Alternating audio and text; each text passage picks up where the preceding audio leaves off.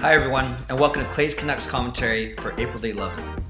I admit, that was a tough one, watching the LA Kings beat the Vancouver Canucks by a score of 4-2 to take Game 1 of the playoff series. Now for these CCCs for the playoffs, kind of like last year, I'm not going to go too heavy on the analysis or the stats. There are a lot of good bloggers, a lot of good writers out there that do a great job of that already. Instead, after each Canucks game, I'll just share a few of my thoughts and my perspectives as a blogger and as a fan. And as a good-looking one at that. Things started off so promisingly. Is that even a word? Things started off with such great promise. I didn't see the US national anthem as I was tied up, but I had 5 or 6 friends on Twitter actually tweet their anthem analysis to me. I thought that was kind of cool actually. And then I got to see Mark Donnelly, did some Clay anthem analysis for him.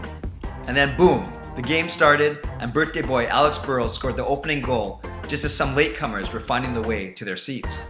Then LA took the lead on back-to-back power play goals, one in the first and one in the second, before Alex Edler tied it up at 2-2, scoring with only 7 seconds left in the second period. And as I tweeted shortly thereafter, I give some partial credit at least to David Booth for taking 28 shots on the shift prior to that.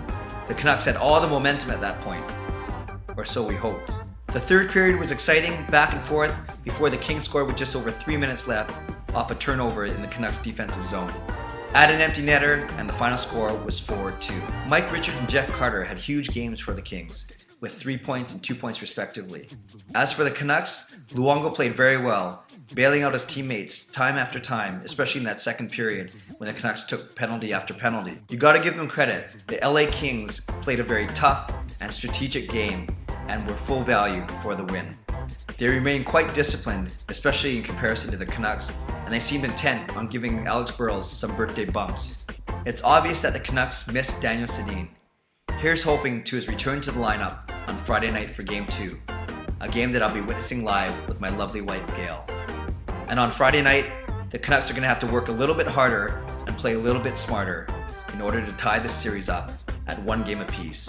I'm looking forward to seeing a Canucks win on Friday night, number 1 out of 16 on their way to this. God bless, and go Canucks go.